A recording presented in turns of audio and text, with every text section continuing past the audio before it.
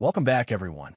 Before we dive in, be sure to drop your thoughts, feelings, and lessons in the comments below. Like the video and subscribe so you never miss stories like this. Let's get into it. The cruel thing my wife did was move into a hotel with her lover while I took our 8-year-old son, Jordan, to his Saturday barber appointment, then come back home the next morning smiling like the world hadn't tilted, telling me I was killing the vibe and ordering me to pack a bag and leave until I figure out what I want. Here's how it happened. I live in Charlotte, North Carolina. That morning started regular. Waffles, cartoons, Jordan arguing about the lineup he wanted. I drove him down Beatty's Ford Road to our usual spot, a tiny shop with Panthers posters and a jar of blue alcohol that smelled like clean. He talked about a school project and whether LeBron is better than Jordan. I took pictures of him in the chair, sent one to my wife, Nia, with a caption, "My guy." No response. The silence felt weird, but married people have weird silences. I paid in cash, tipped, and we headed home with a fresh cut and a pack of Sour Patch Kids. The driveway was empty, even though Nia's white SUV had been there when we left. Inside, I saw that the overnight bag she rarely used wasn't in the closet. The sliding door lock was still warm, like someone had just touched it. I checked the counter where she leaves her keys. A hotel key card sleeve sat there like a confession. Jordan ran to his room. I texted, "Everything okay?" She replied an hour later, "At a hotel. Need space. Don't be dramatic." I stared at the message until it burned, then opened our online banking and saw a charge. Uptown Suites off Tryon, $237.86. I asked her if she went there alone. She replied, "Stop. New boundaries. I'll be back in the morning." I swallowed the anger because Jordan was in the next room, counting his candy, asking if we could go to the park. I set water to boil for pasta and told him we'd watch a movie later. The house felt staged, like every untouched cushion was lying to me. I walked the rooms and noticed a couple of things missing. Her small makeup case, the silk scarf she wore to bed, the perfume bottle I'd given her on our anniversary. Little things packed with big meaning. Nia came back the next morning with a latte and a grocery bag like nothing happened. She kissed Jordan on the cheek and squeezed his shoulder like she had only stepped out for air. I tried to keep my voice even when I asked about the hotel. She blinked, took a sip, and said, "I said I needed space." I asked if someone else was there. She shrugged. "You overthink everything. This is why I need a break." The word break felt like a trapdoor opening beneath me. She set the latte on the counter, the lid leaving a ring on the granite we picked out together. That same night, while Jordan slept, she told me I was killing the vibe, and she couldn't breathe around me, and maybe it was best if I went to my brother's place for a few days until she figured out what she wanted. I told her this was my house too, and I had done nothing except take our son for a haircut. She tilted her head, considering me the way she looks at a jam drawer, and said she didn't want to fight. "Don't make this ugly," she said softly, but it already was, and we both knew it. I packed a backpack anyway. My brother Aaron lives in University City. He met me at his door with a tight hug, letting me stand there longer than men are supposed to. I lay on his couch staring at the ceiling fan that night, listening to the fan tick while I scrolled through banking transactions. 2 charges at the hotel, a DoorDash order delivered to the lobby, an Uber to a restaurant on South Tryon, return trip to the hotel. I took screenshots and emailed them to myself, not because I wanted revenge, but because something in me understood I might need proof to be believed. The next morning, I went back to grab some work boots. Nia had changed the alarm code. I stood on our porch with my backpack and dialed her number. She let me in after a minute like she was doing me a favor. "Don't come by unannounced," she said. "Jordan has school." She looked polished, hair in a wrap, lip gloss on, the light catching the tiny gold hoop in her ear. "I'm going to need some space to figure out what I want." The word space became a knife, cutting through every memory I tried to hold. Our son's teacher emailed that week. Jordan missed a homework assignment. I was juggling HVAC service calls, a compressor replacement up in Huntersville, and a package unit inspection in Noda, sweating under roofs, answering dispatch, trying to hold the edges of my life together. I would FaceTime Jordan from work, coax him through math, praise the lines he wrote for his journal. Nia would text to say he'd be fine and not to make it a big thing. My stomach kept a slow burn. I stopped sleeping right through. I slept in chunks, waking up to the buzzing of my phone with nothing on the screen. Her mother called me weak. That was the word she chose. She said I should fight for my wife by giving her space, that men who complain online don't hold marriages together. I told her I hadn't posted a single thing. She said she meant the energy. Women need beauty and ease, she said, as if hotel sheets were therapy. Later that night, a picture of Nia appeared on her cousin's Instagram, filtered, glowy, holding a cocktail at an uptown bar. I recognized the dress. I had ironed it last spring for our anniversary. It wasn't the kind of detail you brag about to your friends. I confronted Nia about the hotel charges again. She said, "You're obsessed with receipts." I said, "Receipts are all I have left." She sighed like I was dragging us through mud. Then she said she had plans coming up and needed the house quiet. "You can't just leave me homeless," I said.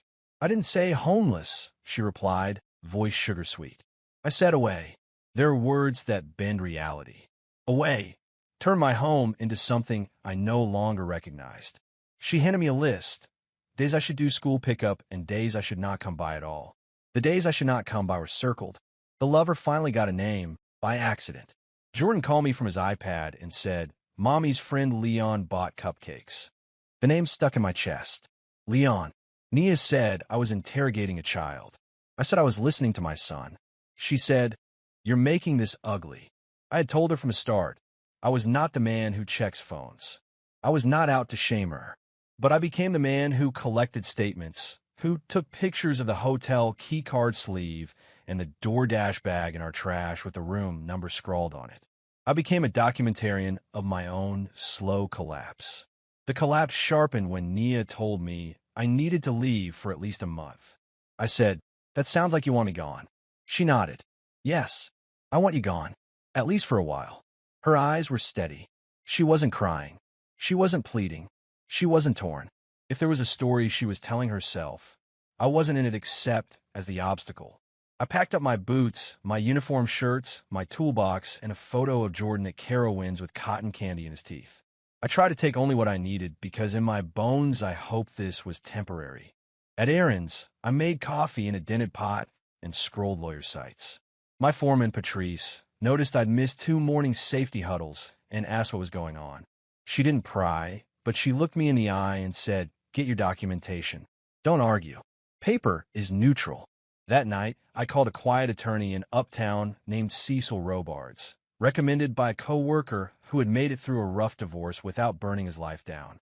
Cecil didn't ask if I still loved my wife. He asked about accounts, transactions, messages, schedules, the last time Jordan had seen a pediatrician. Cecil told me to stop arguing in the house. He said, "Start documenting dissipation of marital assets. Start documenting the forced removal. Save the school emails, the schedules, the specific language she used." I sent him screenshots of the hotel charges, the texts telling me to leave until I figure out what I want, the calendar entries where she struck through my days. He asked for my last 6 pay stubs and the mortgage statements. He said, "Breathe. We will file. We will not posture. You will not threaten. You will prepare." His voice was flat, not unkind, but edged with a rhythm that meant he'd walked dozens of clients through this same tunnel. That week, Nia told me we should tell Jordan we were trying a nesting arrangement. Except it wasn't nesting. It was her in the house and me floating between work vans and couches. "He doesn't need to see you angry," she said. I told her I was tired, not angry. She paused, tilted her head like a counselor, and said, "Your energy is heavy, Marcus." The condescension stung. I told Cecil about the nesting. He said, "It's not nesting if one parent bans the other. Keep your tone neutral. Keep your copies safe." I made a small file in the cloud and a larger one in a box under Aaron's spare bed. Jordan started packing a small backpack when he was with me. He kept his toothbrush in his sunglasses case. He asked if my brother's couch was my new bed. I said, "It's where I'm staying for a little bit." His lip wobbled in a way he didn't want me to see. We ate burgers in the truck by the Little Sugar Creek Greenway and watched people jog past us, breath puffing white in the cold.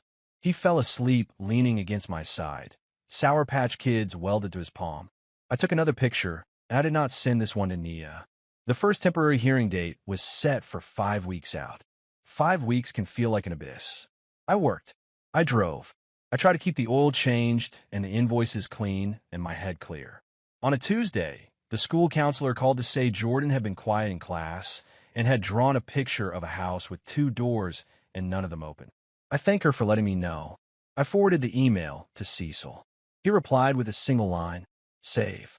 Print. Backup."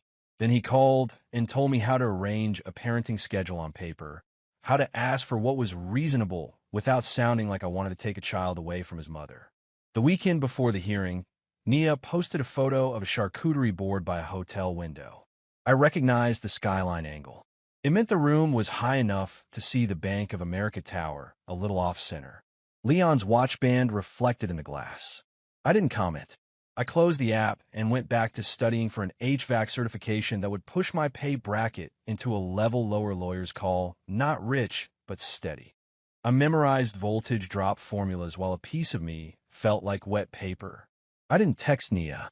I texted my son to ask what new Lego set he wanted to build at my brother's coffee table. The hearing morning, I wore a clean navy suit I'd last worn to a funeral. Cecil met me outside the courthouse with a stack of prints and a bottle of water. "We're not here to humiliate her," he said. "We're here to tell the truth. The judge will see the truth if it's organized." I nodded. The courtroom hum felt like a small airport. Footsteps, coughs, papers whispering. Nia arrived in a cream blouse, hair in a sleek bun, minimal makeup. She wore the necklace I had given her on a weekend in Asheville. She did not look remorseful. She looked focused. The judge asked questions. He read the text where she told me to leave until she figured out what she wanted. He read the school emails about missed homework and the counselor note about the drawing. He looked over the hotel statements and the Uber receipts and the DoorDash bag with the room number on it, which Cecil had gently, clinically labeled in our exhibit list, third-party delivery to lodging. He asked Nia to explain the forced separation. She said we needed space. He asked her if she understood dissipation of marital assets.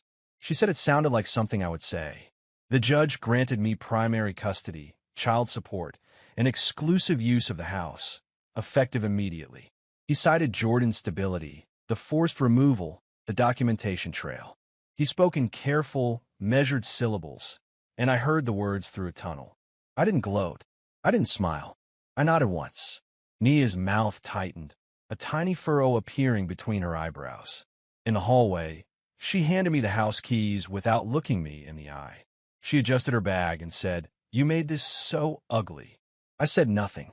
It felt like my voice had shattered into 100 tiny pieces and was now just powder in my mouth. I drove from the courthouse to the house and stood in the living room like I was entering a museum of a life I used to own. I changed the alarm code to a date only I would remember. I took a breath and put on a pot of coffee. I cleaned the counters, wiped the lip gloss ring, and put away the hotel keycard sleeve I had saved as evidence. I did not throw it out. I put it in the file box under the bed, proof of a season I never wanted to relive, but could not pretend didn't happen. I made a grocery list, wrote grapes for Jordan, underlined it twice. Jordan came home that afternoon with his backpack zipped tight, gripping a laminated hall pass like it was a passport. He walked through the door and looked around like a soldier returning from a bad deployment. Then he ran into his room and pressed his face into his pillow. I sat on the carpet beside his bed and didn't say anything. When he was ready, he rolled over and asked if the house was ours again. I said yes. "It's ours." He nodded solemnly, like an old man. Later, he asked if Mommy would be mad at me. I said, "She's allowed to feel what she feels. We're going to be okay." I slept in my own bed that night, without dreaming about hallways and locked doors. In the morning, I made pancakes in the shape of footballs and burned one because I forgot to flip it. Jordan laughed like it was the funniest thing he'd seen. We built the Lego set on the kitchen table and found a missing piece under the fridge. I wrote him a note and tucked it in his lunch. Life didn't right itself. It steadied, like a boat after a storm, still rocking but pointed toward shore. I kept working. I kept studying for the certification exam. I set my alarm for 5 and breathed into the quiet. There was no speech. There was no victory lap. I didn't post the order or the keys on social media. I paid the mortgage on time, and I put an extra 20 toward the principal because Cecil said it was good for me to feel something tangibly improving.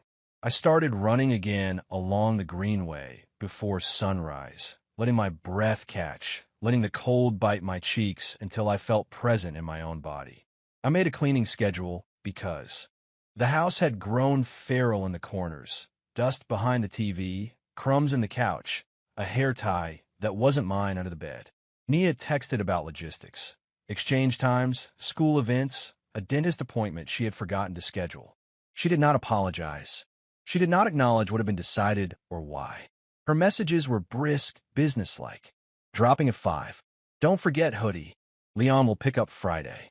I read each message twice, once to understand, once to make sure there was no hidden trap. Then I answered with the same neutrality Cecil coached into me. Received. Will do. Please confirm school pickup time. If there was a tone to see, I would not be the one assigning it. A week later, Nia called late at night and said I'd made her look like a monster. I was sitting at the kitchen table with bills in a neat line, Jordan asleep with his door cracked the exact way he liked, 2 inches, an amber slice of hallway light. I said, I didn't make you look like anything. She said, I didn't mean for it to go this far. I thought about the hotel windows reflecting our skyline, about Leon's watch band, about the word space used like a weapon. I said, I know. She waited for more, for an opening. I didn't give one. I told her to email me the dentist's number. The HVAC certification exam fell on a Saturday. Aaron drove me even though I said I could handle it, sat in the parking lot with a coffee and a biscuit, and didn't say much when I came out grinning, passing score in my hand. We drove to Lowe's, bought a better filter for the house unit, and a toolbox with foam cutouts, so every socket and driver had a place. It felt like a small thing, organizing the tools that earn my living, but it also felt like armor, a way to say to the world that I would maintain this house and this life with competence and attention. I took Jordan to a Hornets game. We sat high, where the air smells like popcorn and old jerseys. He learned to boo and cheer in the right places, and I learned how to answer questions about divorce in the quiet space between plays. Are you and Mommy mad forever? He asked. I said, we're learning how to be kind without being together. He nodded like that made sense. When the Hornets hit a 3, he jumped to his feet and spilled his soda, then froze, awaiting wrath that didn't come. I showed him how to mop it up with napkins, how to say sorry to the usher, and how to keep watching the game anyway. The karma wasn't loud. It arrived in paperwork and the quiet shuffling of responsibilities. Leon didn't last. I know because Nia dropped Jordan off one Friday and sat in her car longer than usual, staring at the steering wheel. She texted me later, change of plan for Sunday. That was all. I didn't ask follow-ups. I didn't crow. I packed Jordan's weekend bag with extra socks and a book he loved, and I made a pot of chili for the freezer. If Leon was gone, it wasn't a victory. It was a vacuum that would eventually fill with something else, and that wasn't my business anymore. My transformation was not a montage. It was a ledger. I paid the mortgage. I balanced the utilities. I taught Jordan to fold his shirts the way my father taught me. I switched our internet plan because the old one kept dropping on his homework sessions. I put blackouts in his room so he could sleep without streetlight slicing the walls. I bought 3 identical lunchboxes and rotated them like a line cook. I labeled the bin Science Project, stocked it with glue sticks, pipe cleaners, a stack of printer paper, and a roll of painter's tape. I was preparing for small emergencies, the kind you can fix with forethought. One evening, Jordan asked if we could plant something. We went to Pike Nursery and chose a small Meyer lemon tree because its tag promised fragrance and patience.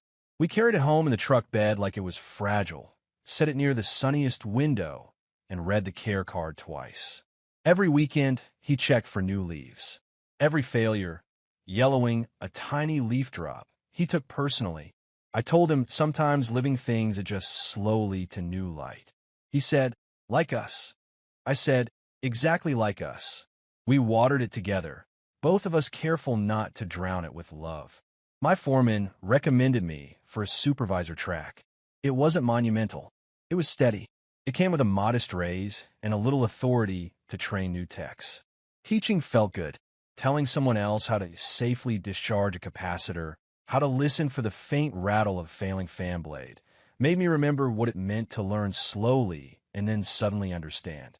That night, I sat at the kitchen table with the certification printout, the supervisor memo, and the mortgage statement. I drew a small star next to the principal balance like I was grading my own effort. I didn't post any of it. The day the exclusive use order had started, I'd changed the alarm code to the date my father taught me to tie a tie. Months later, Nia texted to ask if she could get a few things she'd left in the garage. I set them on the porch in 2 boxes. The silk scarf, the perfume bottle now nearly empty, a stack of holiday decorations I didn't want. She arrived with sunglasses on even though the sky was gray. She took the boxes without meeting my eyes. She did not apologize. She did not ask about Jordan. She texted later, "Thanks." I replied, "You're welcome." If there's a definition of justice that fits our story, it isn't cinematic. It's about the house being clean and quiet, the alarm code working, the mortgage balance tilting back towards sanity, the lunchbox packed, the science bin organized, the lemon tree learning the light. It's about a judge reading facts and seeing a child who needed stability and a father who refused to weaponize hatred. It's about an ex who never said sorry and a man who stopped asking for the word like it was a key to a door he'd already unlocked with paperwork and patience. Months passed. On Jordan's 9th birthday, I made a banner out of paper triangles and string, exactly the way my mother used to. We ate store-bought cake and 2 pizzas and let the boys throw foam darts until the house sounded like a small war and then like sudden peace when they all collapsed in front of a movie. After the last kid left, Jordan hugged me with sticky fingers and said, "This was the best." I stood in the kitchen under the dull glow of the pendant light and felt something clear and simple. I had rebuilt a life with the parts that mattered. Sometimes late at night, I remember the hotel window and the way city lights smear into gold lines when you look through glass. Sometimes I remember the small sharp pain of the word space said like a compliment. Then I remember the hallway outside the courtroom, the weight of keys passing into my palm, the way silence can be a friend when you refuse to turn it into a sermon. I remember that I don't have to narrate my pain to make it real. I just have to live differently than I did before, without begging for someone else to validate my boundary. I keep the file box under the bed. It is heavier than it looks. Inside are bank statements, emails, the hotel folio printouts, the school counselor's note, and the custody order. I open it sometimes, not to relive anything, but to remind myself what facts can do when feelings are weaponized against you. I show Jordan none of it. What I show him is a list on the fridge labeled "this week." Under it, practice spelling words, take library book Wednesday, lemon tree checks Saturday morning. He reads it aloud like a pledge. I check items off in pencil, never pen. Things change. Pencil respects that. The last time Nia and I spoke beyond logistics, she asked if I hated her. I was pulling a pan of cornbread from the oven, the smell sweet and warm. I said, "No," she said, "You should." I said, "That's not a life." She was quiet, then went back to practicalities. I ended the call, sliced the cornbread, and called Jordan to the table. We ate with butter and honey and a bowl of greens. I told him his granddad used to make cornbread like this after Sunday service. He asked if Granddad ever burned it. I said all the time, and we laughed in the small, soft way that means a house is breathing again. In the end, karma looked like this: a court order signed in black ink, a set of keys passed without ceremony, a job that recognized my steadiness, a child sleeping without checking the door twice, a lemon tree pushing out a pale, determined bloom. There were no applause breaks. There were no triumphal soundtracks. The people who hurt us did not apologize or learn a televised lesson. They looked at a locked door and blamed its hinges, not the hands that shut it. I didn't argue with them. I refilled the soap dispensers and scrubbed the sink and set the alarm with the code, only I know. When I look back now, I don't see a man banished from his own home. I see a man who stepped away from a fire and learned how to build with water, paper, and patience. The betrayal happened. The abandonment was real. The injustice was documented, dated, and filed. The transformation wasn't the armor I thought I'd need. It was a rhythm: wake, work, parent, study, rest. Repeat. My heart changed shape to fit a quieter life, one where love didn't mean bargaining with my dignity. The comeback wasn't loud enough to echo. It was precise enough to last. If you enjoyed this story, please like, comment, and share this video with your friends. Subscribe and turn on the notification bell so you never miss a powerful story drop.